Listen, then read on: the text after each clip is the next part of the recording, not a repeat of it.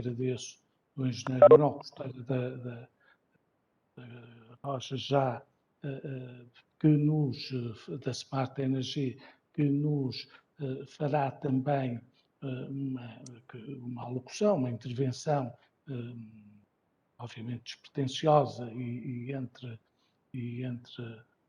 pessoas interessadas na matéria, subordinada, digamos assim, à questão dos combustíveis sintéticos, nesta perspectiva também de alternativas energéticas, de agenda verde, transição, que estamos todos a viver. E é também, tivemos a noção disso, que nessa primeira sessão, nessa primeira parte, digamos assim, não tivemos tempo, não tivemos suficiente espaço para a colocação das dúvidas que acreditamos tenham ficado ou tenham existido. E, portanto, aquilo que quisemos também, num espaço que colocamos aqui de 1 hora e meia, enfim, será aquele que entendermos, para que as empresas pudessem discutir e pudessem colocar questões e pudessem, ao fim e ao cabo, ter da parte das pessoas que nos acompanham aqui nestes debates. Este é o primeiro de uma série, de um ciclo que vamos iniciar, que pudessem colocar. Eu não roubava mais tempo e, sem rede, aquilo que perguntava é se alguns dos presentes quer colocar, desde já, alguma questão que pudesse até servir de mote à intervenção do Manuel Costeira, ou se o Manuel Costeira quer já avançar, digamos assim, com um enquadramento desta temática que lhe foi colocada para poder ter esta intervenção e poder partilhar connosco os vastos conhecimentos e a vasta intervenção que tem nesta matéria. Portanto, sem rede, uma discussão que se quer franca e aberta. Manuel Costeiro. Muito bem, então boa tarde a todos. Eu começo por agradecer à PICER a oportunidade de conversarmos um pouco e de forma aberta, como o Manuel Ferreira Ramos estava a referir, sobre os temas da energia. E gostava naturalmente de cumprimentar todos os presentes e manifestar completamente a minha disponibilidade para esclarecer algum aspecto que entendam por oportuno. Eu gostava de fazer esta intervenção de uma forma, de facto, muito despretensiosa e, portanto, apesar da minha formação de engenharia e da importância que naturalmente tem as questões científicas e as questões tecnológicas, eu hoje gostava de vos propor falarmos da energia numa ótica do utilizador e numa ótica mais ligada ao negócio e ao modelo de negócio que cada um de nós tem entre mãos. Portanto, aspectos do meu ponto de vista, bastante importantes, de que às vezes se fala pouco, mas que são absolutamente fundamentais para nós percebermos onde é que estamos, de onde é que vimos e para onde é que vamos.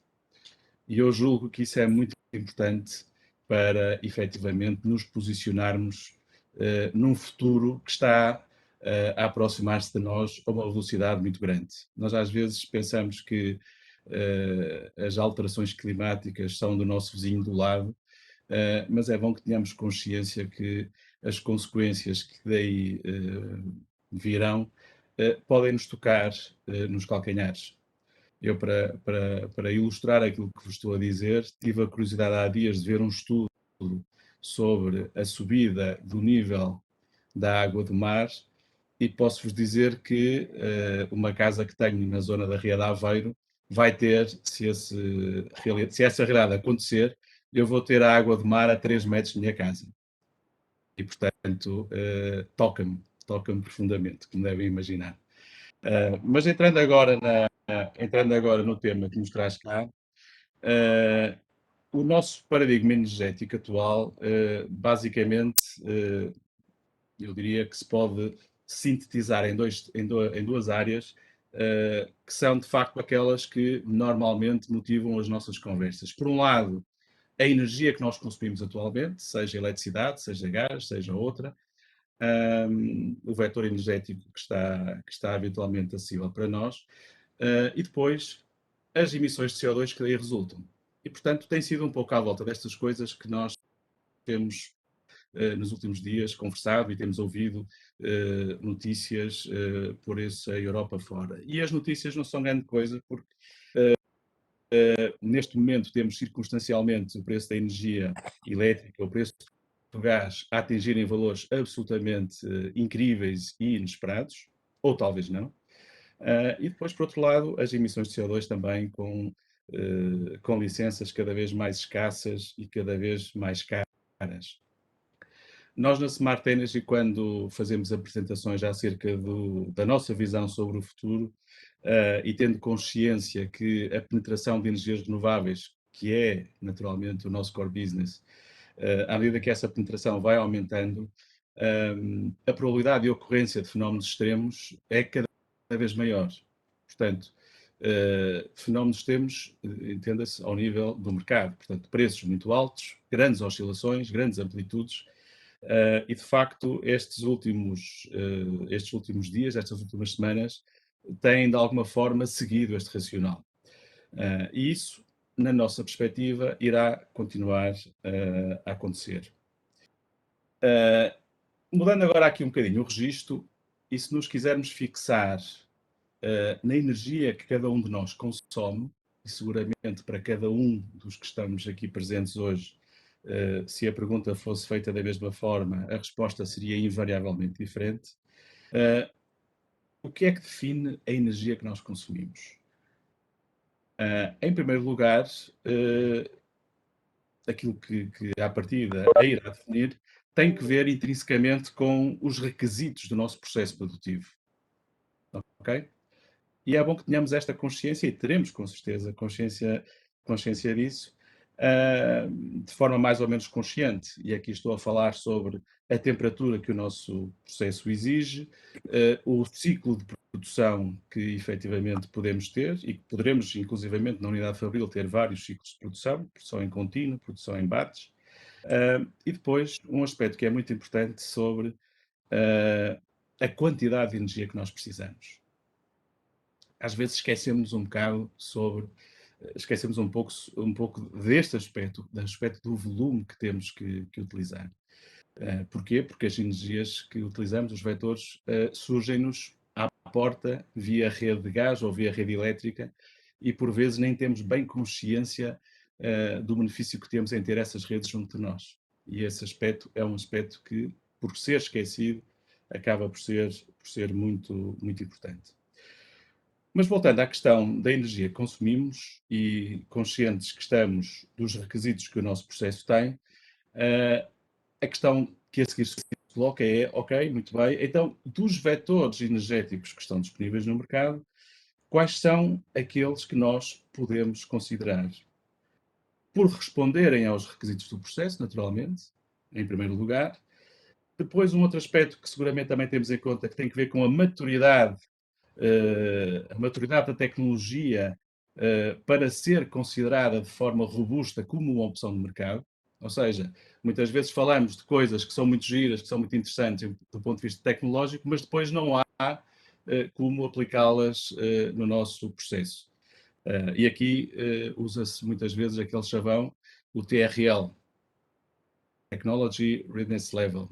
Okay? Portanto, os TRLs mais baixos estão longe do mercado, os TRLs mais altos estão próximos do mercado. E é bom termos consciência exatamente disto, porque se uma tecnologia não está madura, ainda que seja muito promissora, não é solução para nós, provavelmente. Temos que estar disponíveis para a considerar, mas provavelmente teremos que esperar um pouco mais. Depois, relativamente aos vetores, temos aqui um outro aspecto que é muito crítico, que tem a ver com a regulamentação e com a legislação aplicável. Tipicamente, a regulamentação e a legislação andam um bocadinho atrás da evolução tecnológica, como todos sabemos, e, portanto, quando a tecnologia e quando os equipamentos já estão disponíveis para serem comercializados, muitas vezes ainda não têm regulamentação que se lhes aplique. E isto levanta, naturalmente, problemas de licenciamento, levanta problemas ao nível dos business models, entre outras coisas.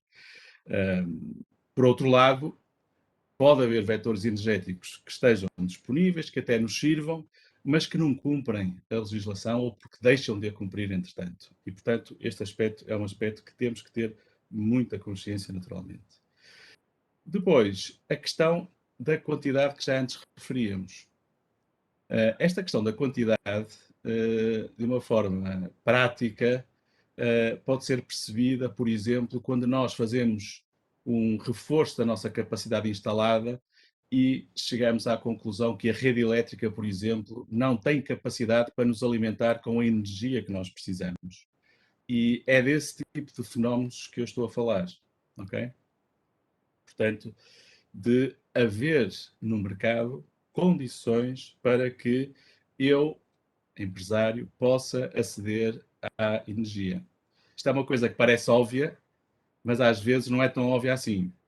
Eu dou-vos o exemplo, por exemplo, da questão da mobilidade elétrica, dos veículos elétricos, em que finalmente agora parece que as pessoas estão a acordar para o facto de a rede elétrica não comportar, digamos assim, toda a procura que potencialmente pode ser introduzida no mercado pela circulação de veículos elétricos. E, portanto, este fenómeno é um fenómeno que está identificado há muitos anos e, portanto, só agora é que está a começar a ser tratado. E guardei para último um aspecto que relativamente à energia é muito importante e que tem que ver com a competitividade do negócio e com a questão do preço a que nós acedemos à energia. E quando falo do preço a que acedemos à energia, quero-me referir não só ao preço propriamente dito da energia, ou seja, ao custo do vetor, mas também aos encargos que temos que suportar para que esse vetor esteja disponível na minha planta de fábrica. Do ponto de vista das redes elétricas, do ponto de vista das redes de gás, há, como sabem, um sobrecusto que temos que suportar, que é composto por taxas e por impostos, e aí o António acha que depois poderá explorar bastante mais. Dito isto, gostava agora de vos chamar a atenção para algo que, de facto, acaba por ser crítico para todos nós e que muitas vezes na Europa damos como algo que está resolvido, quando efetivamente não é assim.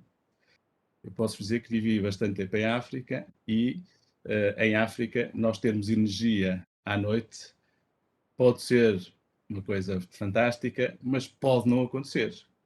E, portanto, eu habituei-me durante 10 anos a ter um gerador em casa para quando não havia eletricidade, punha-se o gerador a trabalhar e havia portanto, energia por essa via.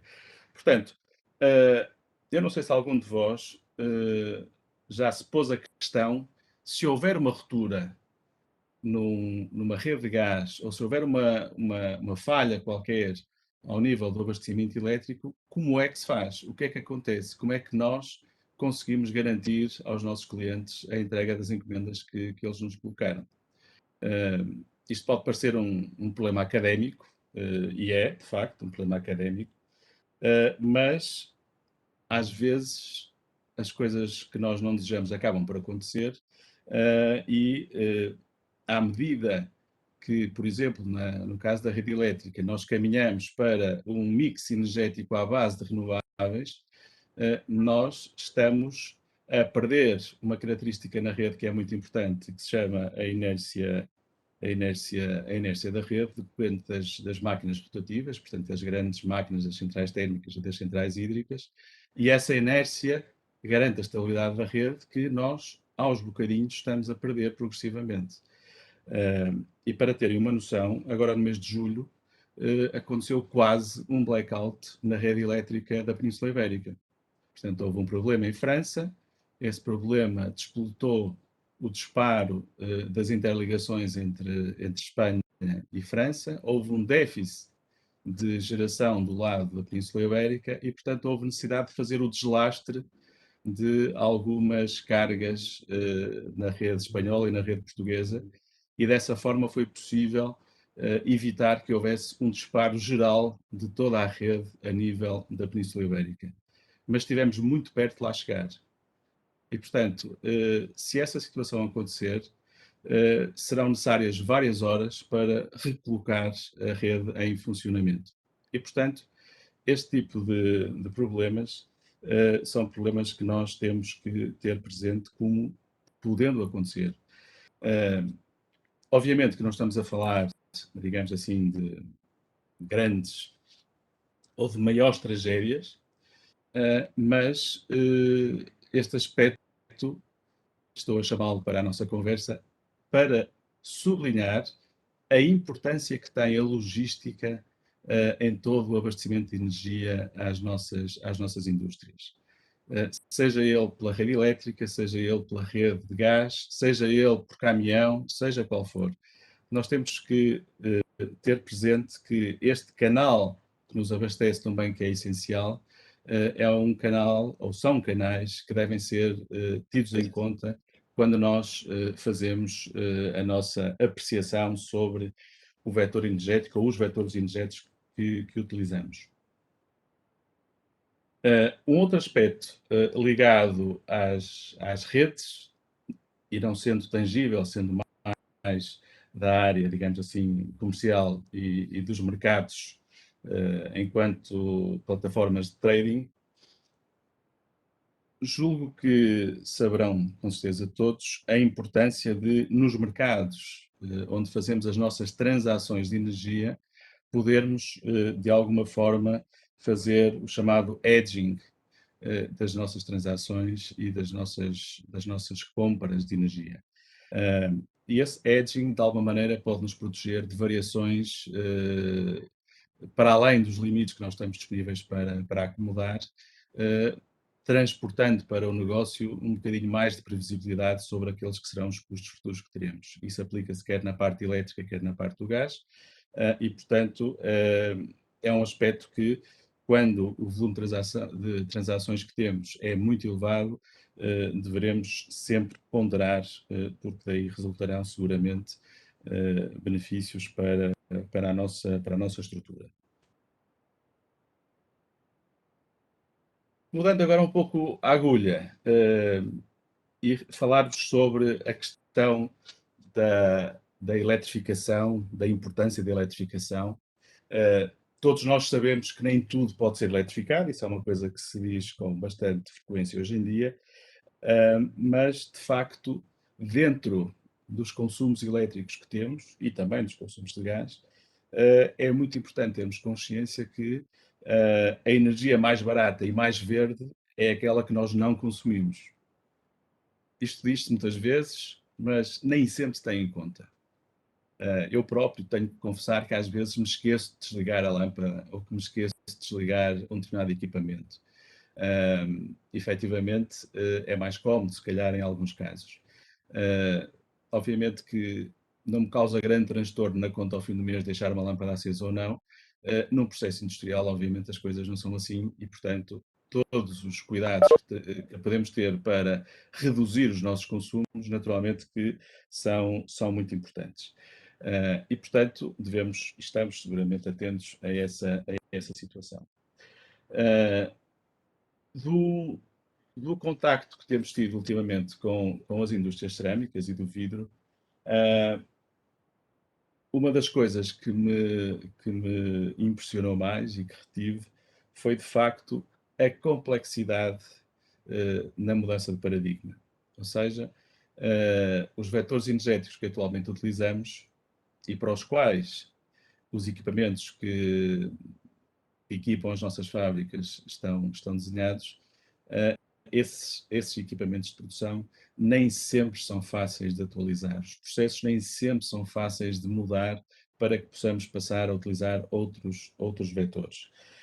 E seguramente que no vosso histórico, enquanto industriais, estão seguramente atitudes, estão seguramente ações que no passado e atualmente estejam a abraçar, no sentido de pensar um bocadinho fora da box, em conjunto, naturalmente, com os vossos parceiros tecnológicos.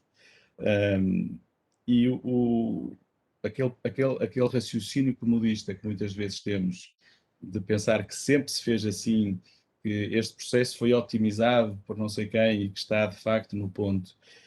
Enfim, essa forma estática de viver neste mundo, seguramente que não serão, essas atitudes seguramente não serão as mais adequadas e acredito que não serão vossas. Em todo caso, há que, precisamente para encontrar novas soluções, pensar fora da box, como agora se diz, a juventude, pensar fora da box e estar aberto a novas abordagens. Novas tecnologias, eventualmente, mas um aspecto que é absolutamente essencial e para o qual seguramente nós todos estamos atentos, é que ser aberto à mudança não significa nem ser ingênuo, nem ser imprudente, ok? E, portanto, quando se fala de uma mudança de paradigma que poderá eventualmente ser sustentada por uma mudança de vetor energético, seja da eletricidade para o gás, seja do gás natural para o hidrogênio, seja para outra coisa qualquer, em qualquer uma dessas mudanças, há, acima de tudo, que ser realista, ser prudente, fazer as contas bem feitas e considerar todas as condicionantes que nos envolvem, neste caso, relacionadas quer com aspectos ligados à energia, quer com aspectos ligados às emissões, não só de CO2, mas principalmente de CO2. E neste aspecto, eu dir-vos-ia que nós, obviamente, somos pessoas com capacidade, seguramente, mas nós temos que aprender com quem sabe um bocadinho mais do que nós, não é? Ou com quem sabe bastante mais do que nós. E, portanto, essa, entre aspas, humildade de ir à procura de conhecimento é algo que nos deve acompanhar sempre e seguramente que dessas interações surgirão sempre melhores soluções, porque melhor adaptadas àqueles que são os nossos requisitos específicos que todos os temos, não é? O Dr. Manuel Ferreira Ramos, há bocado, falou dos combustíveis sintéticos. Eu não gostaria de estar aqui a amassar-vos com questões tecnológicas, nem com aspectos demasiado complexos, não porque não os conseguissem interpretar, mas principalmente porque acho que não trariam valor à nossa conversa. Mas gostava só de deixar aqui 2 ou 3 notas. A primeira é que, para produzir combustíveis sintéticos, normalmente combinamos hidrogênio com CO2. E, portanto, há aqui uma base que é comum, é preciso ter hidrogênio, eu já agora diria hidrogênio verde, e depois temos que ser capazes de dispor de uma fonte de CO2 que seja interessante em volume e em preço e em qualidade, naturalmente. E, portanto, dessa combinação produziremos um combustível sintético, poderemos produzir metanol, podemos produzir metano, podemos ir para a amónia, podemos fazer muitas coisas, mas um aspecto que convém que tenhamos presente é que os combustíveis sintéticos são neutros em CO2, ou seja, eu para produzi-los tenho que captar CO2, mas depois ao fazer a sua combustão eu vou libertar novamente o CO2 para a atmosfera. Ou não. Nesse caso, terei que captar outra vez o CO2. E, portanto, eu defendo ativamente a produção de combustíveis sintéticos e defendo ativamente a utilização de combustíveis sintéticos, portanto, sou um defensor dessa via. Na nossa abordagem, julgo neste momento não estar ainda reunidas condições para que esta via seja explorada do ponto de vista comercial, por 2 motivos. Por um lado, por uma questão de preço, a tecnologia ainda precisa de evoluir mais um bocadinho para nos poder oferecer um preço mais interessante, e por outro lado, por uma questão regulatória. Neste momento, na Europa, há ainda algumas vozes que se opõem ferozmente à questão dos combustíveis sintéticos, exatamente porque libertam CO2. E, portanto, eu diria que a virtude estará algures no meio entre aqueles que defendem ativamente os combustíveis sintéticos e aqueles que se lhe opõem, porque efetivamente não há uma solução ótima para tudo. A questão dos combustíveis sintéticos levanta-se e é pertinente no sentido em que, de uma forma geral, a utilização de combustíveis sintéticos nos permite continuar a utilizar muitos dos equipamentos que atualmente temos. E isso, naturalmente, é uma vantagem muito importante. Para terminar, e para passar a bola para o outro lado, para precisamente tornar esta sessão mais interessante, eu gostava só de deixar aqui uma nota final não tanto sobre aquilo que falamos até agora, mas mais sobre a questão política associada a estes temas. Portanto, não vou falar do nosso secretário de Estado, João Galamba, não vou falar do nosso ministro, Matos Fernandes, nem vou falar de Portugal. Vou-vos falar dos fóruns europeus, onde efetivamente muita da atual legislação e regulamentação é decidida. E, portanto, a minha observação, a minha sugestão é que efetivamente cada vez mais existam empresas e entidades portuguesas envolvidas nos fóruns europeus onde efetivamente estas coisas se discutem. E, portanto, ao estarmos presentes nesses fóruns, nós podemos influenciar com o nosso melhor saber, com a nossa maior capacidade, nós podemos, de alguma maneira, fazer com que o futuro aconteça como deve acontecer, tendo em conta a nossa realidade específica. E, portanto, isto é um bocadinho como as eleições, quer dizer, se nós não formos votar, são os outros que decidem por nós. Nos fóruns europeus, se nós não estivermos presentes, vão ser os outros a decidir por nós também. E, portanto, por vezes, aquilo que é bom para um colega nosso italiano pode não ser assim tão interessante para nós. E, portanto, enfim, o meu apelo, a minha visão para estas coisas é efetivamente que se juntem a nós e a outras empresas portuguesas que já estão presentes nesses fóruns, porque efetivamente é um investimento que, digamos, surte efeito e que ajudará seguramente a que o futuro aconteça como nós o viermos a desenhar. E ficava-me por aqui e estou naturalmente disponível para alguma questão que entendam por bem fazer. Muito obrigado. Muito bem. Obrigado, Manuel Costeira da Rocha. Agradeço a intervenção em nome de todos aqueles que estão a acompanhar, certamente.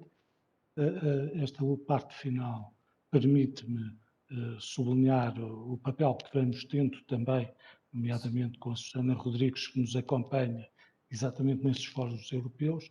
Agradecer a presença do José Sequeira e do Marcos Santos, presidentes da APICE e do CTCD, pedir autorização para gravarmos esta sessão, devia ter feito no início, mas é essa gravação exatamente que nos permite também facultar, como fizemos, a sessão, a primeira parte onde interveio o professor Adélio, que se junta a nós e que eu saúdo, e aquilo que pedia era nós estamos com 20 participantes, 21 participantes, é ligeiramente metade daqueles que tivemos no início do mês, mas desafiava-os a colocarem as questões, então, que entendessem sobre esta matéria e não exatamente sobre estes tópicos precisos que foram abordados, mas sobre esta matéria da energia, das energias, posso dizer assim, para que o António Acha, o Adélio e o Manuel Costeira possam responder às questões que colocaram.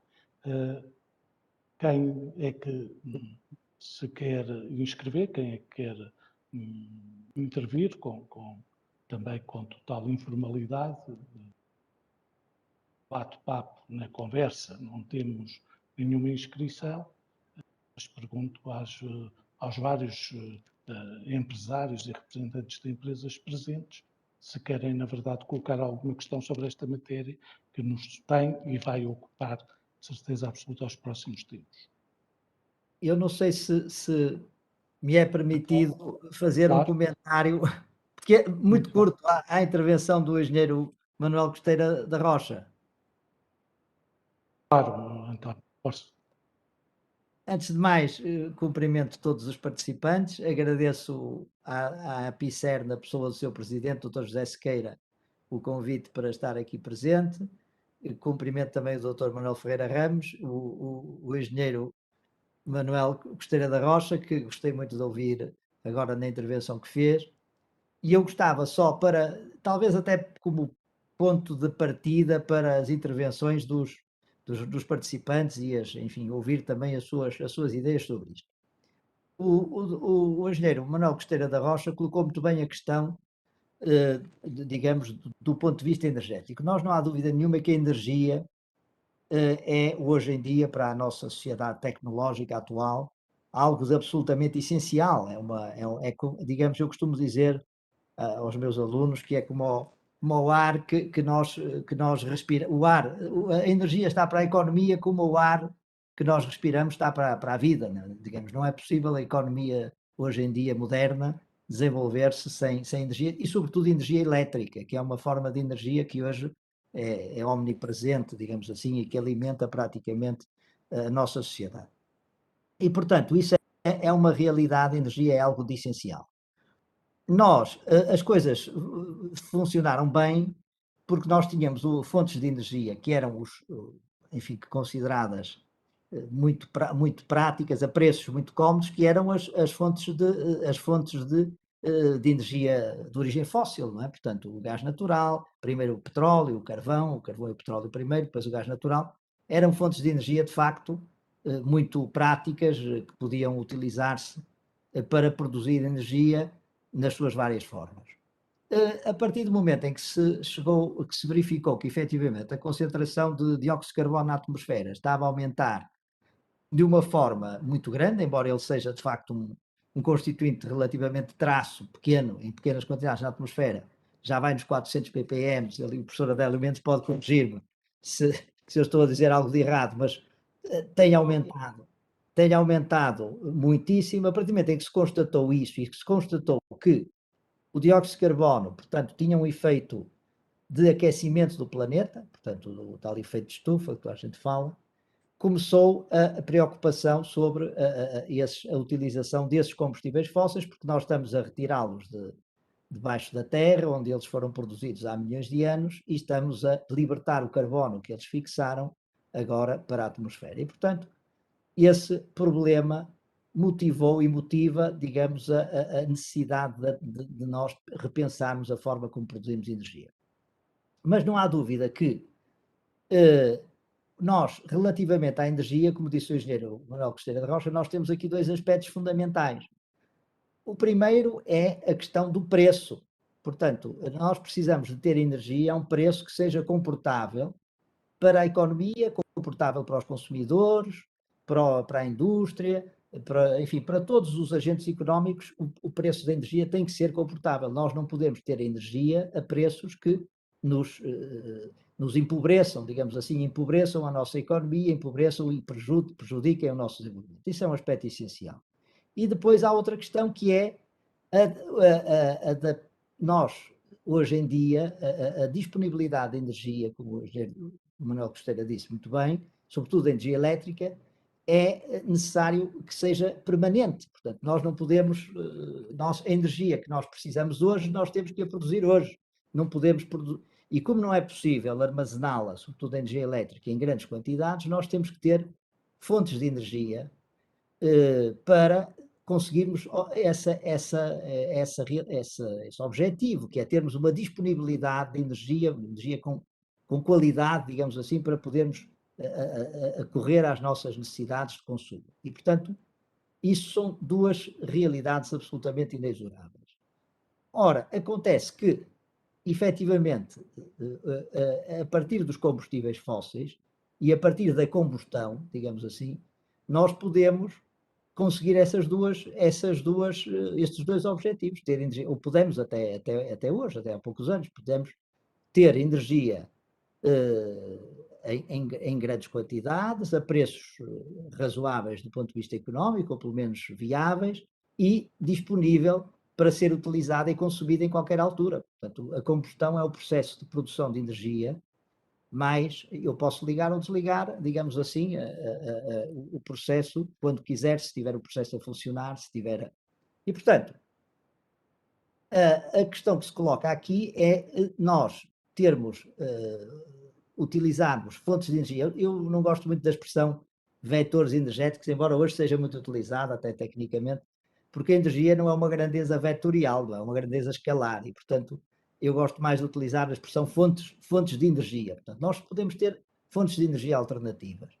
E o que acontece é que as fontes de energia renováveis geralmente são intermitentes.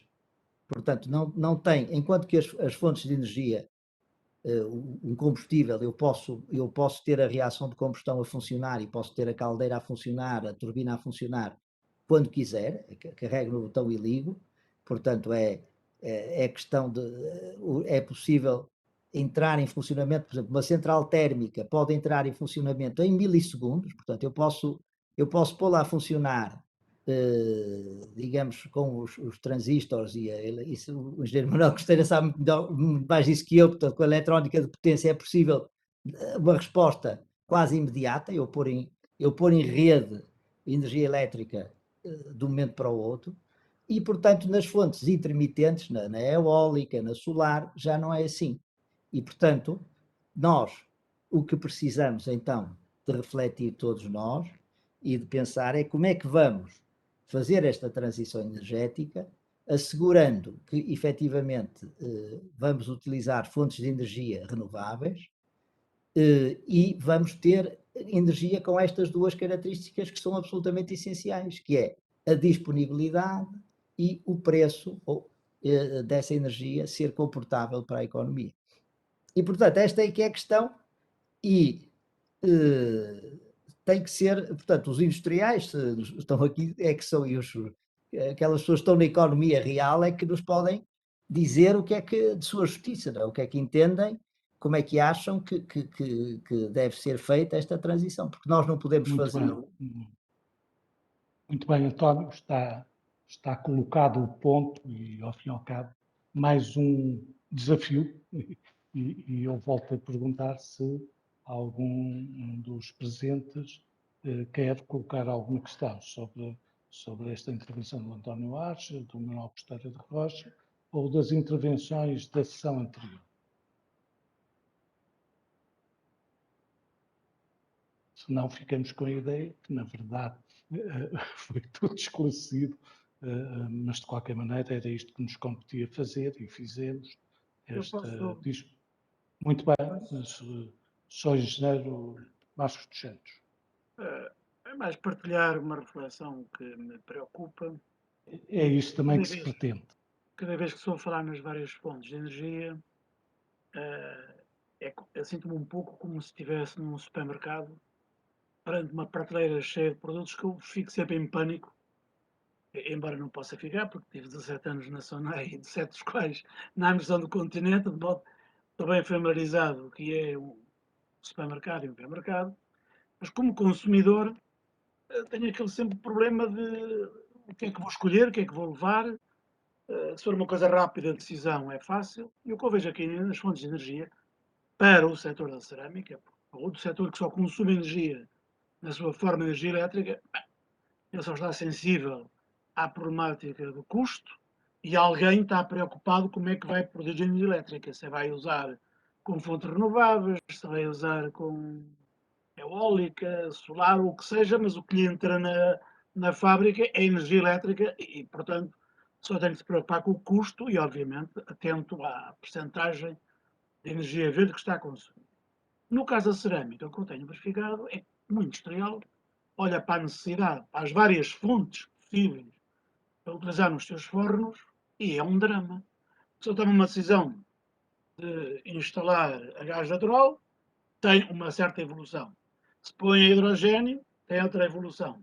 Se põe a combustíveis sintéticos, tem outra evolução. Se põe energia elétrica, ou seja, não pode fazer um pouco, como dizia o engenheiro José Rocha, o que na África se fazia. Quer dizer, se falhar a energia, ligo o gerador de emergência. Aqui não há. Uma vez feito um investimento, com base num determinado enquadramento, dado contexto deste momento, um jogo de preços, um jogo de implicações, daqui a 6 meses mudou tudo e dizer, oh caramba, falei agora perdi a competitividade porque agora devia ser possível estar a consumir outra fonte.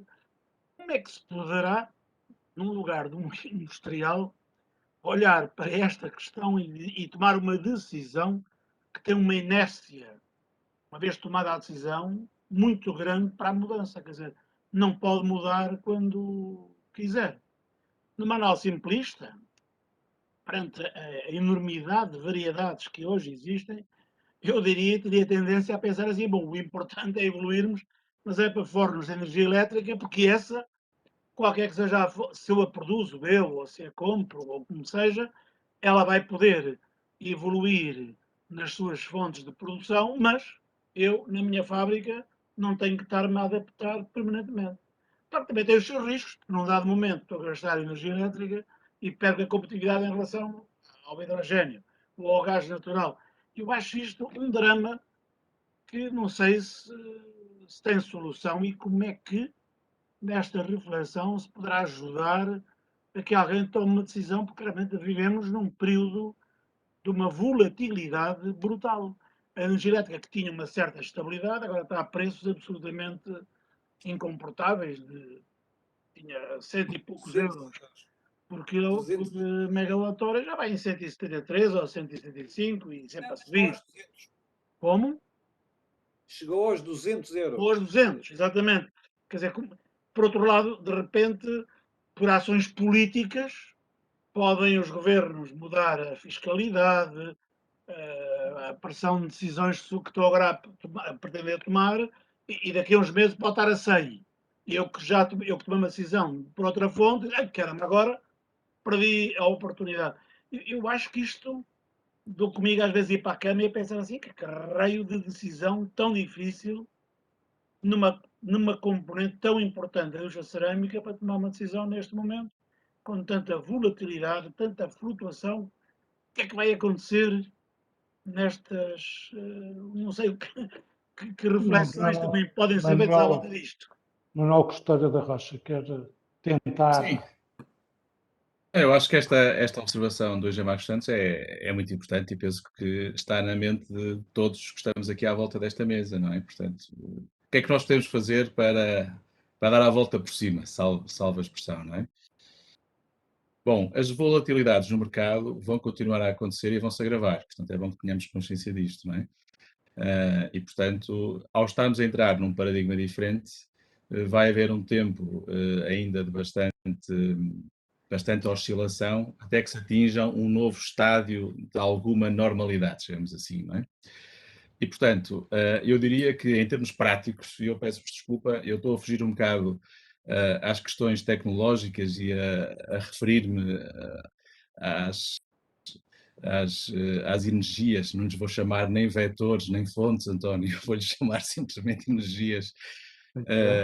Não me estou a pendurar numa nem na outra, porque eu acho que a reflexão que estamos aqui a ter hoje, eu acho que não deve estar condicionada pela tecnologia, deve estar mais focada em encontrar soluções para aquilo que de facto são as preocupações que temos. E, portanto, para a questão da variabilidade que o Eugênio Marcos Santos referia, eu diria que nós temos aqui um caminho que eu diria que fará sentido analisarmos com cuidado e que passa por progressivamente sermos autónomos do ponto de vista da energia que consumimos. Portanto, se eu produzir a energia que eu consumo, quer dizer, eu fiz um investimento, a energia é produzida, eu consumo-a e, portanto, aqui não há grande influência do mercado. Só há influência do mercado no momento em que eu compro, porque de facto é uma transação, mas a partir daí está dentro de casa e competir-me-á a mim gerir essa instalação. E, portanto, estes conceitos do autoconsumo, obviamente que no passado tiveram expressões, às vezes até um bocadinho românticas. Pensem, por exemplo, no moleiro que tinha a água do rio que passava a moer as suas mós e, portanto, aí não havia variação de preço de mercado. Desde que houvesse água, havia farinha, não é? Mal comparado, podemos puxar isto para a nossa experiência atual e, portanto, se o nosso consumo de eletricidade existe, é relevante e é passível de ser abastecido por uma instalação que nós controlemos, não é? E, portanto, aqui estou a falar de autoconsumo, uma instalação que colocamos no nosso telhado ou uma instalação que temos num terreno contíguo à fábrica e com a qual, digamos, façamos complementaridade. Dessa forma, nós estamos a fazer quase que um hedging natural, digamos assim, do risco. Risco não só em termos de preço, mas também risco em termos de abastecimento. Reparem que uma indústria que continua ligada à rede, mas que complementarmente tenha uma instalação fotovoltaica para abastecer, se não for toda, pelo menos parte da sua necessidade, está a passar a dispor de uma alternativa. Portanto, eu diria que, do ponto de vista de segurança do abastecimento, sai desse investimento melhor colocada, como é evidente. Portanto, este é, quanto a mim, um ponto que é muito importante e que eu penso que é relativamente intuitivo e que pode ser, digamos, estudado por qualquer uma das indústrias aqui presentes. Na componente da eletricidade.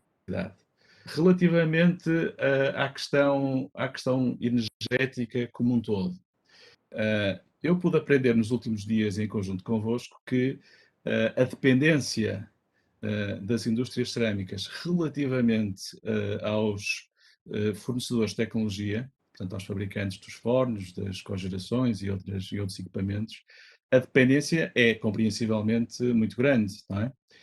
E, portanto, eu diria que para podermos fazer a transição do ponto em que estamos para um novo paradigma, seguramente que será da colaboração com esses parceiros tecnológicos, não só os fabricantes, como depois também instituições como o CTCV e outras, que fazem acompanhamento técnico à indústria, as próprias universidades também, o professor Adélio Mendes está aqui connosco. Portanto, é desse diálogo, dessa interação, que naturalmente se podem vir a criar melhores condições para que a transição seja feita de forma mais fácil, mais rápida e que melhor sirva os interesses da indústria. E, portanto, enfim, José Marcos Santos, eu deixava só aqui estas duas reflexões. Podem parecer óbvias para toda a gente, eu peço desculpa se o forem, mas do meu ponto de vista, da minha análise enquanto técnico, enquanto engenheiro, enquanto gestor, são aquelas que me parecem que podem conduzir mais rapidamente a mudanças benéficas para todos. Obrigado, Manuel Costeira da Rocha. Não sei se mais alguém quer partilhar alguma reflexão. Se calhar, se me permitissem. Muito bem, Adélio Mendes. Peço desculpa, eu tenho uma visão normalmente assim um bocadinho mais.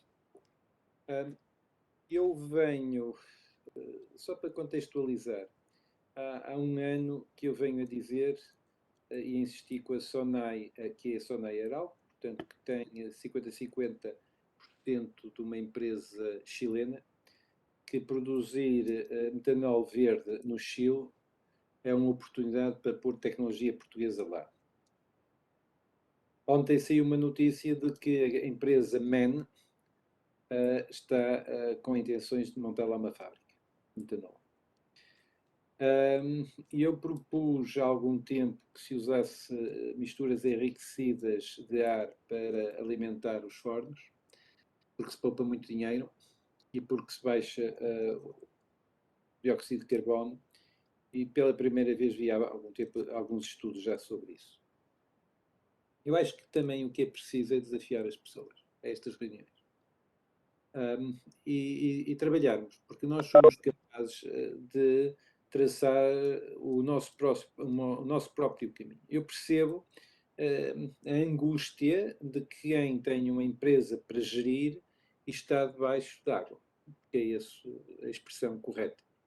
Portanto, nós temos de ter aqui, a sacar responsabilidades também à academia, que deve pensar estas coisas. E deve pensar estas coisas bem, mas tem de pensar porque é uma revolução que está a acontecer também com a indústria. Porque não adianta, hoje soube, por exemplo, que as previsões para o preço do hidrogênio em 2030 não são 2, qualquer coisa euros, mas entre 0,7 e 1,8 euros, creio eu. Se não é estes números, anda próximo disso. O que me pergunto é como é que vão fazer o transporte da eletricidade, porque só a eletricidade são 30 euros o megawatt-hora e isto implica que a eletricidade seja 20 e poucos euros já com tudo. Mas são estes desafios que são importantes e nós percebermos que somos capazes de pagar mais por transporte de eletricidade pela própria eletricidade. Portanto, aqui o problema está do lado, se calhar, do transportes. Portanto, também perceber a parte fiscal do transporte e não só a parte tecnológica do transporte e criar alternativas. Embora o hidrogênio seja a matéria-prima para produzir combustíveis como metanol, o metanol por unidade de energia fica mais barato que o hidrogênio por unidade de energia. Como é que isso é possível? É que praticamente é muito difícil transportar o hidrogênio e armazenar o hidrogênio. Nós temos de consumir uma quantidade de energia muito grande para o comprimir, porque senão não conseguimos manipulá-lo. E no momento em que fizermos isso, mais vale transformá-lo diretamente em metanol, porque é 100 vezes mais barato armazená-lo e 100 vezes mais barato transportá-lo. Estas coisas nascem também dos estudos e das universidades que veem isto e conseguem fazer, digamos, pôr as coisas em perspectivas. Mas também, digamos, de quem está jusante e a montante, quem precisa, quem tem uma pequena empresa que tem funcionários para pagar, tem produtos para pôr cá fora, está no mercado, empresas que estão no setor da energia e eu diria o setor académico, ou se quisermos de investigação, que tem obrigação de pôr números cá fora e de facto de pôr soluções cá fora. Nós também temos de ver que quando tivermos um forno elétrico é completamente diferente em termos de manutenção e de operação que um forno a gás. Quando tivermos um forno a gás natural, quando pusermos hidrogênio, é preciso ter cuidado porque só podemos pôr até 28% e 28% já é o limite e se calhar temos de pôr menos, porque senão a velocidade de queima é diferente, nós temos estratificação, o hidrogênio é muito mais leve, separa-se do gás natural e é uma chatice e não se consegue controlar. Também temos de saber, quando pusermos, por exemplo, oxigênio ou uma mistura de ar enriquecida em oxigênio, baixamos imenso o consumo de gás natural e de emissões de CO2, mas o caudal baixa muito porque não estamos a pôr azoto, estamos a pôr só o oxigênio, as perdas de carga são menores, a distribuição do gás no forno passa a ser pior. Portanto, nós vamos ter que fazer simulação através do forno e ver se o forno tem a boa distribuição de gás ou não. Ora bem, estas coisas têm de nascer, na minha opinião, também nas universidades e das parcerias com as universidades e também das associações dos industriais. Eu sei, ainda no outro dia, estava a falar com a Galp, eles disseram, pois a geneira foi nossa da Galp, quando há 12 anos um maluco lá de um israelita que queria ter no gás das baterias, que era substituir e andar, a indústria do petróleo reagiu rejeitando tudo. E agora estamos fora de jogo. Portanto, nestas coisas não pode haver rejeição, tem de haver enfrentar o bicho e termos as equipas convenientes para atacar o bicho e ganhar com isto uma oportunidade para ser melhor que os outros, para fazer melhor que os outros e mais depressa que os outros. Portanto, eu olho para isto, todos vão ter na Europa e de resto no mundo as mesmas dificuldades. Se nós conseguirmos ter uma melhor resposta a essas dificuldades, então vamos estar a ganhar concorrência. E é isso que nós pretendemos. Portanto, é isso que é importante aqui. Portanto, eu acho que preciso de facto olhar de frente para isto. Eu estou disponível para ajudar nestas reflexões, pôr números em cima da mesa e dizer onde é que estão as questões. De facto, na minha opinião, tem de se desenvolver fornos e rapidamente, quem estiver no negócio dos fornos tem de desenvolver, em que nós alimentamos um caudal muito inferior, mas vamos ter a mesma densidade de energia a entrar dentro do forno. Como termos a boa distribuição? Porque é essa a pergunta, não é mais nada, porque eu consigo, há uma série de combustíveis muito parecidos com o gás natural em termos de queima. A questão não é essa, a questão é a densidade de energia no momento em que começamos a pôr mais oxigênio, porque imediatamente temos menos caudal. E temos de pôr oxigênio porque vamos baixar os custos. Porque se eu, a 1500 graus, se eu puser 100% de oxigênio, eu só consumo 55% do gás natural ou do hidrogênio, se eu alimentar a hidrogênio, quer que seja. 55%.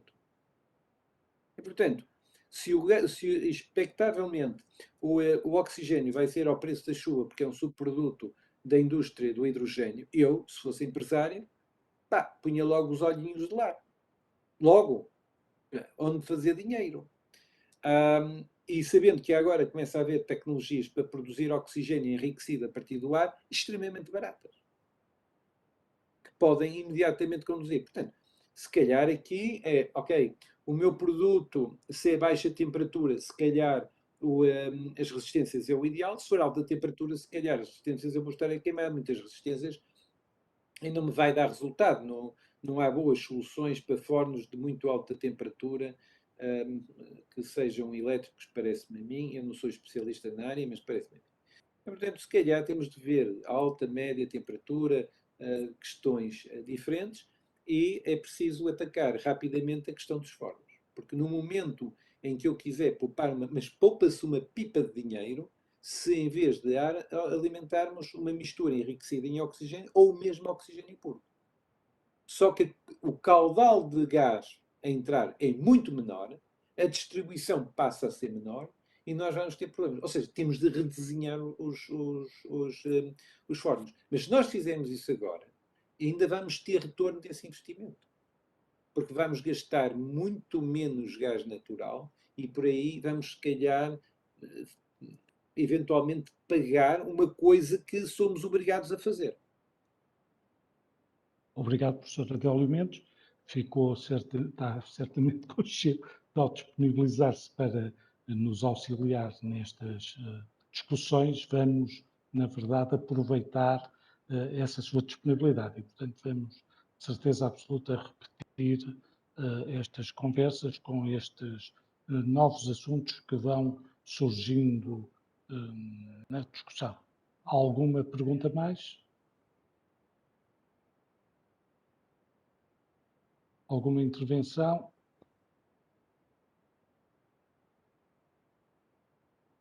Não sei se o José Luís Queira ainda está connosco. Estou. Sim, muito bem. Então, aproximando-nos aparentemente do final, enfim, têm sido, na verdade, dias muito intensos e algumas das pessoas que estão aqui ainda não acabaram o dia.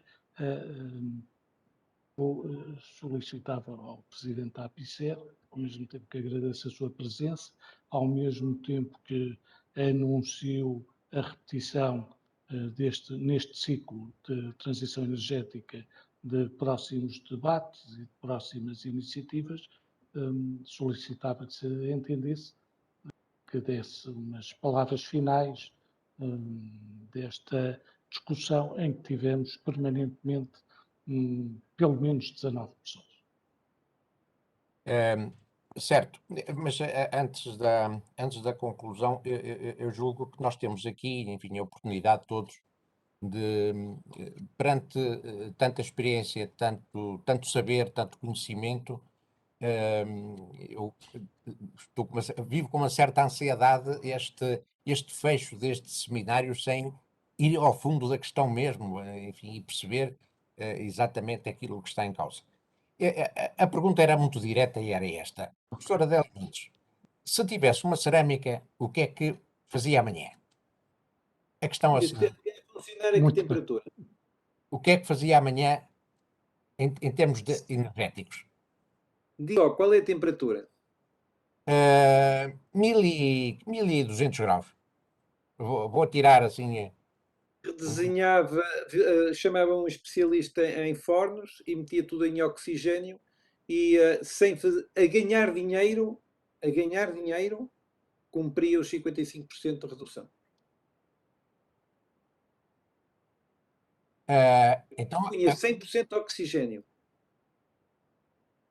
para implementar daqui em 2025, que é quando se espera termos hidrogênio praticamente ao preço da chuva. Ou seja, continuar com o gás natural, mas alimentar os fornos, em vez de ser com ar, com oxigênio puro. Exatamente. Mas têm de ser redesenhados. Portanto, era preciso olhar para eles, faz uma simulação em Fluent, que de resto é relativamente simples, para perceber como é que se deve pôr os injetores, onde é que eles devem estar para as novas condições, e a partir daí avançava. NOx, 0. Não há NOx nestas circunstâncias, simplesmente não há azoto. Portanto, não há NOx. baixamos os custos de consumo de gás natural. Baixamos as emissões de CO2. Temos de fazer um investimento no forno. E em termos de preço dessa injeção de oxigênio? O oxigênio é um subproduto da indústria do hidrogênio.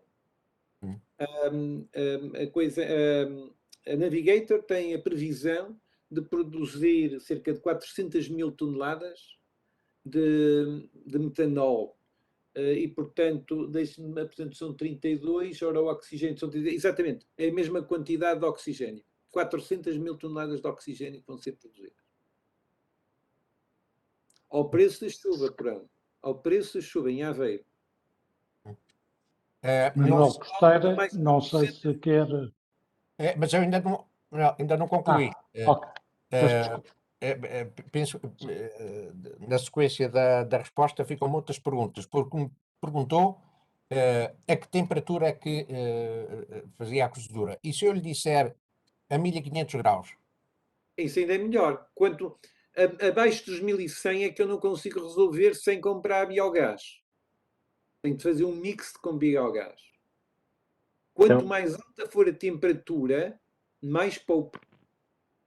Então, e no caso, Vamos ver. O ar tem 79% de azoto. Vamos dizer, tem 80% de azoto. Não é? Eu estou a meter ar e estou a aquecer o azoto para coisa nenhuma.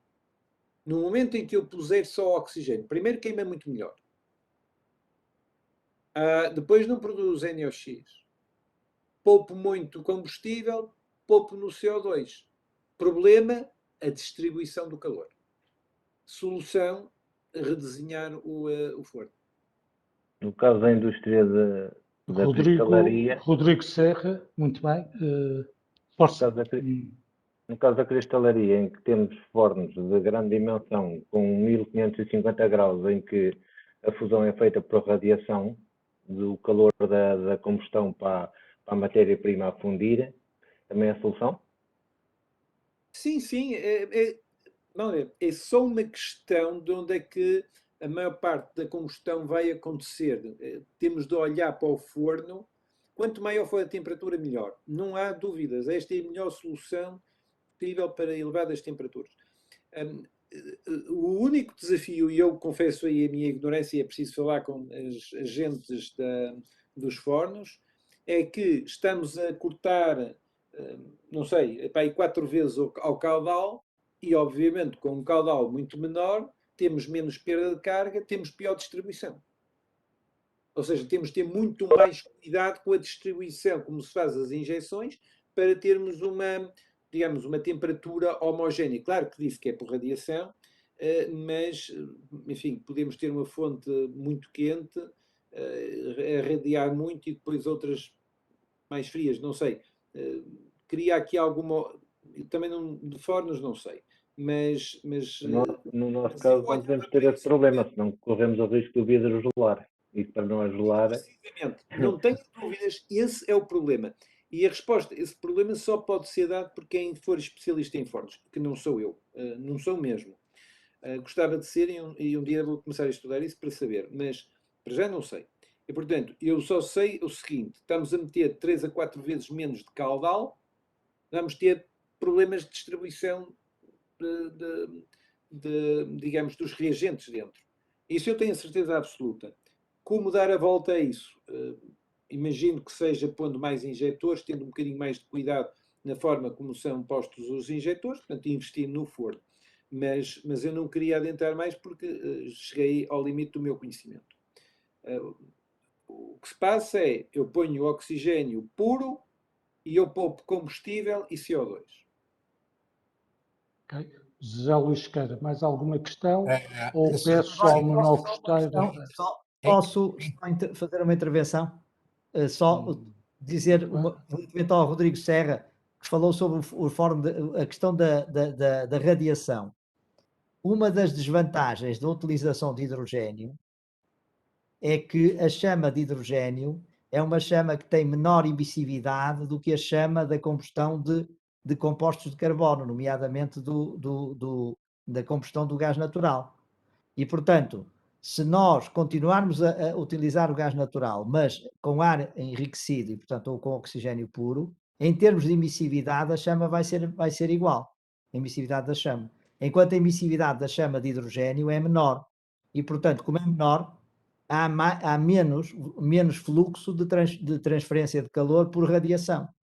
Portanto, nos fornos em que a radiação seja um mecanismo, digamos, importante de transmissão de calor, que é o caso da cristalaria, ainda mais difícil se torna utilizar diretamente o hidrogênio. Ok, então vamos lá. Eu continuo, Sim. ainda não concluí, e continuo com a professora Adélia Mendes. Não é por mal, mas é por bem. Diria, quer dizer, face a essa solução tão imediata, e achei curiosa a resposta, porque ela foi muito pronta, muito imediata, não teve que pensar, quase que lhe estava na ponta da língua. Eu digo, então porquê é que não se fez? Porquê é que os fornos não sofreram as alterações, que pelos vistos até também não são tão significativas quanto isso? Porquê é que essa solução já não existe, não está desenvolvida, quando é certo que a cerâmica já consome gás natural há muitos anos? Porque é que ainda não conseguimos dar a volta? Tem aqui a redução, percentagem de redução de temperatura. Cuidado que isto é Fahrenheit, isto tem de se dividir mais ou menos por 2. Que é a concentração em oxigênio. Temos aqui abaixo dos 25, enfim, é o ar, e temos aqui os 100%. 1500 graus é à volta de 2500 Fahrenheit. Se for 100% de oxigênio, estamos a poupar, eu tinha dito 55, um bocadinho menos, talvez 53. Se subirmos para 1550 já sobe um bocadinho, se calhar já conseguimos aproximar-nos mais. Portanto, quanto mais baixo, 1800 graus deve ser alguns aqui, e portanto, por exemplo, se for aqui, estamos nos 20% estamos a poupar. Muito bem. Adélia Mendes, a pergunta do José Luís Sequeira era clara, no sentido de dizer se é tão fácil, porque é que ainda não foi feito? Porque é que quem faz os fornos ainda não adotou uma solução desse tipo, sendo ela tão simples, tão primária quase? Não, porque Eu não havia digo, oxigênio. eu digo porque, quer dizer, a razão, agora não sei tirar esta droga da partilha. Tem problema, sei tudo. Vamos ver. Não tem problema. Vamos ver se alguém nos dá. Lá em cima no ecrã, portanto, tem, quando vai com o cursor do rato no topo, abre-se uma Está tela. aqui, está. Já estava a ver. Já percebi. Parar de compartilhar. Ok, Pronto. muito bem. Já estamos outra vez de volta. Obrigado. Porque é que, eu penso que começam a, é exatamente, porque é que a MEN disse em notícias que ia ser a primeira empresa no mundo a fazer uma fábrica de metanol verde no Chile. É verdade no Chile, mas não vai ser no mundo. Porque nós mexemos primeiro. Porquê? Porque pensamos primeiro. Porquê? Portugal tem hidrogênio relativamente mais barato por causa do preço da eletricidade renovável. Agora, por acaso, está muito cara, mas tem a ver com outras coisas. E tem CO2 biogénico, que é bastante mais barato que o outro CO2. E, portanto, nós combinando os dois, nós conseguimos um produto que é sustentável economicamente já a partir de 2025. E foi essa a descoberta. E foi esse o caminho que foi percorrido, e chegámos primeiro. Portanto, eu espero que a empresa alemã, a MAN, tenha uma surpresa e descubra realmente que não vão ser os primeiros a pôr uma fábrica de metanol verde, que vamos ser nós. Portanto, porquê é que não se descobriu antes? Porque as pessoas, por causa da resposta que a Galp deu, não queriam acreditar. E quem acredita alumia duas vezes. E eu acho que essa é a razão. As pessoas não querem acreditar. E depois é preciso olhar e pensar fora da caixa, porque quem vende gás natural quer continuar a vender gás natural. Quem vende os fornos, vou agora fazer outro forno, então já vendo estes dos fornos tão bem, porque é que eu me vou estar a incomodar? Só se eu tiver os clientes a berrarem. E, portanto, eu diria, nós estamos onde estamos por causa da inércia de muitas pessoas. Não é?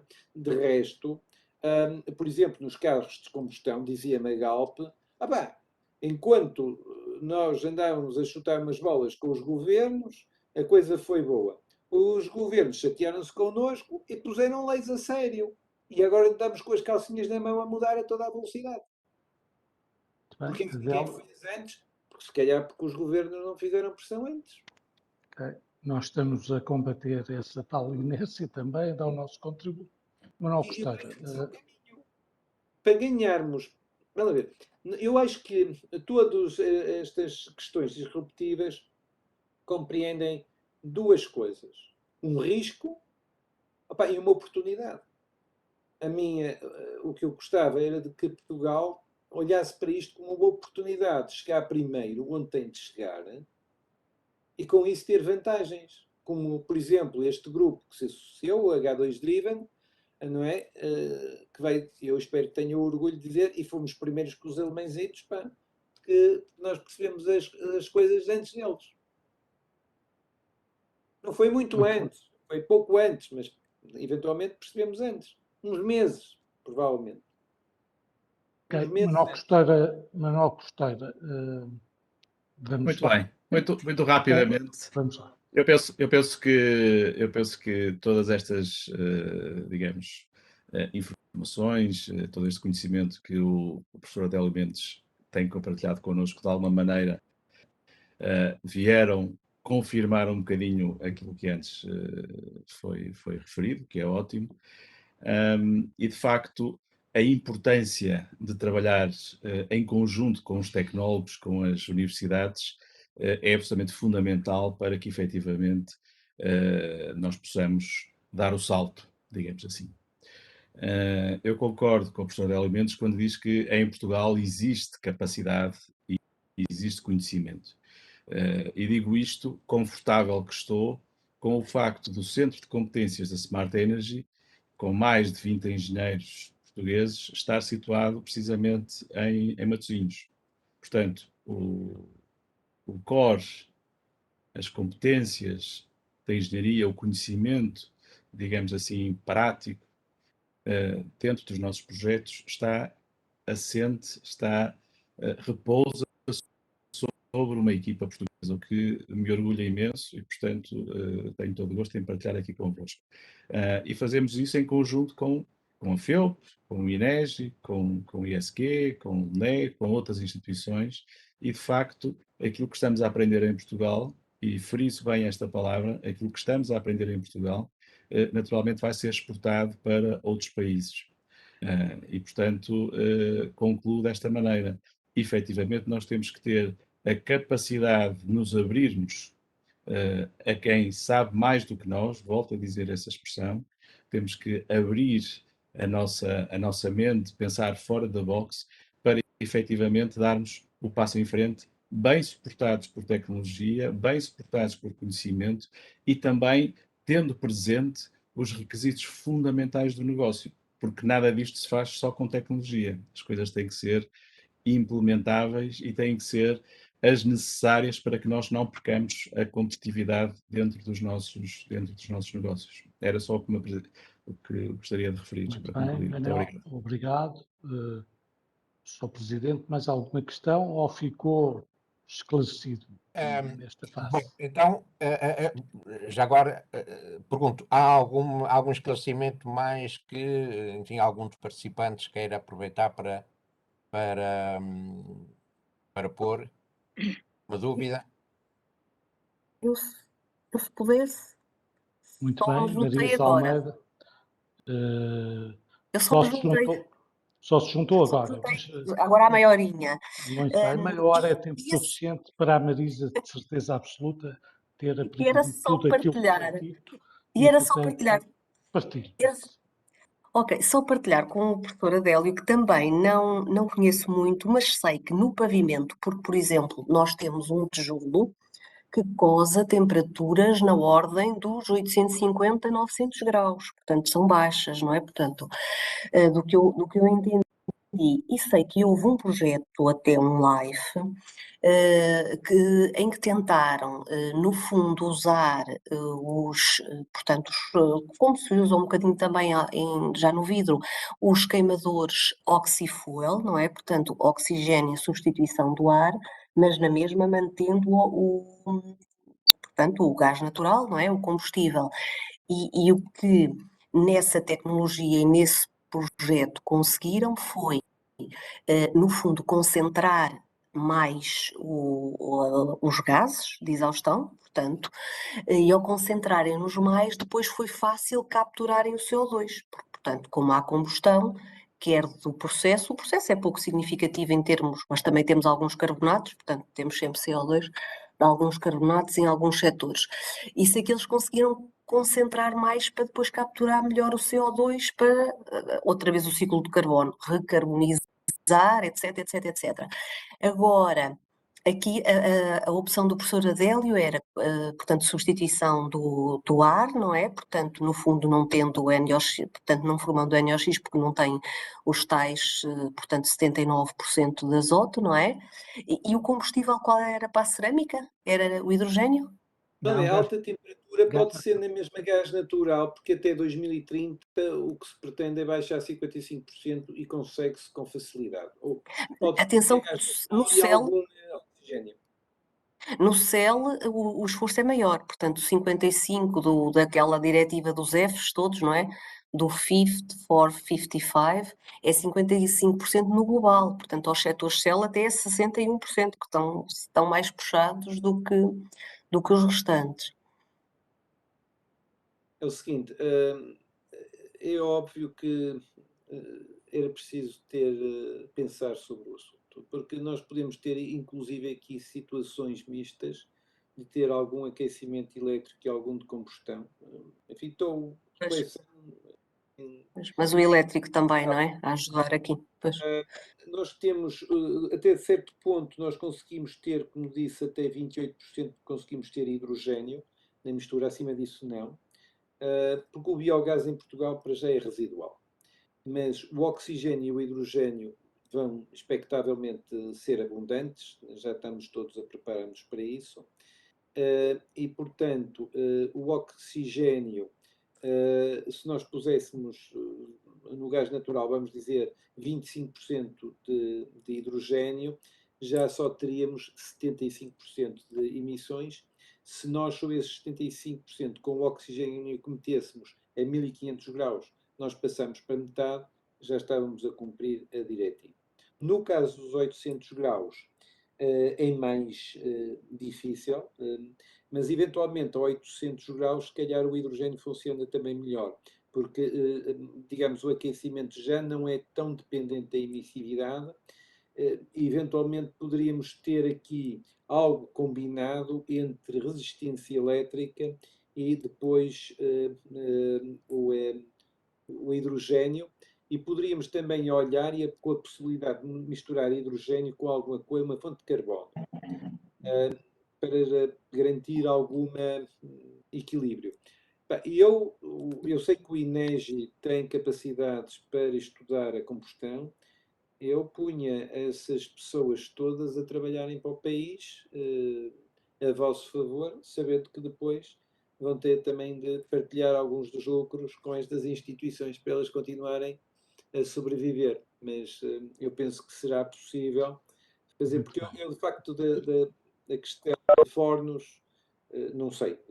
Tipicamente é uma disciplina de mecânicos, eu sou da engenharia química e eu de facto não sei. Mas eu gostava de pensar os fornos de forma aberta, não fechada. E tem de ser, obviamente, pensado com os fabricantes. muito bem, Mas fica não tem esse de ser registro. fabricantes de fornos, tem de ser gente que tenha decidido como core business que vão fazer fornos de nova geração. Podem nunca ter produzido um forno, mas se estiverem decididos e se tiverem a estratégia correta, eu acho que podem fazer. E eu olhava isto de forma muito mais abrangente, e eu não me ficava só por uma solução. Eu olhava a componente elétrica, a mim parece-me que é importante para baixas temperaturas, acho que provavelmente deve ser das formas mais eficazes de o fazer. Para altas temperaturas, oxicombustão, com oxigênio e gás natural. Eu fazia esse mix, sabendo também que nós vamos produzir dimetiléter com este projeto gigantesco. O dimetiléter têm propriedades próximas do propano, têm o mesmo índice de energia térmica quando é para queimar por volume que o gás natural. Portanto, pode-se fazer misturas desde o 0 aos 100%, que o queimador resiste na mesma, é exatamente igual, não tem diferenças nenhumas, e ver a possibilidade de pôr uma fração de gás natural, eu estou a dizer já para mais baixas temperaturas, uma componente de um gás renovável e uma componente elétrica. Se calhar com este mix, nós conseguimos ter um forno que vai fazer dinheiro até 2030 e depois de 2030 nós vamos tirar a parte, digamos, do gás natural e eventualmente pomos ou biogás ou não pomos nada, mas estudávamos logo o forno para isso, para até 2030 e para 2030 para a frente. Eu estudava e já. Muito E bem. não é sempre difícil porque os simuladores que existem foram muito desenhados para queimadores. Está muita ciência sobre isso. E há gente que eu sei que na Faculdade de Engenharia e no INEGI sabe sobre o assunto. E não deve ser só a Faculdade de Engenharia ou o INEGI, eu acho que o IST também deve saber, e eu até conheço algumas das pessoas, dos queimadores, não conheço muitas, mas eu olhava já, e eu olhava para fabricantes. Eu não sei se em Portugal há fabricantes, mas eu sei que há em Aveiro um fabricante de fornos muito importante, de laboratoriais e semi-industriais pequenos. Não sei como é que eles se chamam, agora não me recordo, mas eu sei que Muito é. bem. Então, Se eles ok. estiverem disponíveis para avançarem com isto, avança-se. Para os fornos de alta temperatura, eu acho que o problema é mais fácil. Muito bem. Ficamos com essa nota. Adele, obrigado, Adele Mendes. Obrigado, Marisa Almeida, também pela questão colocada. Enfim, eu estou desde as 18 horas a tentar, enfim, com alguma angústia pela falta de questões, mas o que é facto é que são 18h30 e ainda estamos a debater, e pela minha parte, pela nossa parte, a recolher informações que certamente nos serão muito úteis. São 18h30, o tempo limite que tínhamos fixado para esta conversa. Eu, por uma questão de digamos assim, de agenda, perguntava ao Manuel Costeira da Rocha se quer dizer alguma coisa para depois passar ao Zé Manuel Sequeira para encerrar definitivamente este. Não, eu só gostaria de aproveitar para agradecer o interesse que a discussão suscitou e naturalmente disponibilizar-nos para responder a alguma questão mais que possa surgir, mesmo em relação um para um. Muito obrigado. Ok. José Manuel Sequeira. Muito bem, só não sou Emanuel, mas estou lá perto. Peço desculpa. José Luís Sequeira. Muito bem. Bom, eu devo dizer que tenho pena de não ter mais dúvidas, porque eu gostava de ter mais dúvidas para que o professor, nomeadamente o professor Adélio Mendes, pudesse esclarecê-las, porque esclarece-as muito bem e dá a sensação que é tudo muito fácil. Fica-me a dúvida, mas será que sou eu que percebo muito pouco ou as coisas de facto são fáceis para quem estuda muito? Agora, a certeza que tenho é uma coisa, é que nós temos, digamos, o conhecimento necessário para que as coisas mudem. E quando assim é, fica-me alguma ansiedade e alguma angústia também, por o facto de não conseguirmos juntar as pessoas que são capazes de fazer essas mudanças em torno de um objetivo concreto, neste caso. Eu desafiava os nossos associados, sobretudo, porque o interesse fundamental é deles, mas queria desafiar os nossos associados a juntarem-se, portanto, numa iniciativa convosco, e quando digo convosco, digo o Dr. António Arça, digo o Manuel Costeira da Rocha, o professor Adélio Mendes, e eventualmente mais o ISQ, enfim, estas entidades que juntamos agora neste processo do hidrogénio, para levarmos isto, eu não direi mais a sério, porque não é possível levá-lo mais a sério do que o temos levado, mas diria que o podíamos levar, portanto, até outras consequências, até outros objetivos mais concretos. Nós acreditamos firmemente nestas apostas e na gente que temos para as soluções de que precisamos. Vamos tentar, vamos fazer um esforço para estar mais perto de vós e, por favor, façam também um esforço para estar mais perto de nós, a ver se nos encontramos a meio do caminho. Obrigado pela vossa presença, pela vossa participação. Não está fechado isto. Se calhar vamos ter que abrir outra janela aí mais algum tempo, mas para já chega e, portanto, vamos ao ponto seguinte. Obrigado mais uma vez pela vossa presença. Sr. Luís Sequeira, Pelos associados. muito obrigado a todos. Nós vamos ter, na verdade, a breve prazo, a segunda sessão deste ciclo e vamos ter em novembro momentos em que poderemos, na verdade, reunir algumas das entidades que foram aqui faladas, sempre também com a proximidade ao CTCV, no Conselho Consultivo que a APICER fez ao longo deste processo e em que participam alguns daqueles que aqui estiveram hoje e alguns daqueles que foram aqui referidos. E, portanto, creio que poderemos dar o nosso contributo no combate à tal inércia que foi referida e na discussão destes temas que interessam à indústria, e é por isso que continuamos com as mesmas 19 pessoas que tivemos no início, o que significa que a discussão foi interessante. Até à próxima, muito obrigado a todos, nomeadamente ao António Archer, ao Adélio Mendes e ao Manuel Costeiro da Rocha. Até breve, até à próxima sessão. Até breve, muito obrigado. Obrigado. Boa tarde. Obrigada. Boa tarde.